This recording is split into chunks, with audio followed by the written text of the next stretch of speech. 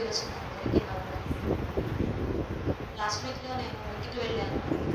Tickets book కాలేదు. చాలా రష్‌గా ఉంది ట్రైన్స్. వెళ్ళేటప్పుడు, వచ్చేటప్పుడు 2 టైమ్స్ బుక్ కాలేదు. 2 టైమ్స్ చాలా రష్‌గానే ఉంది.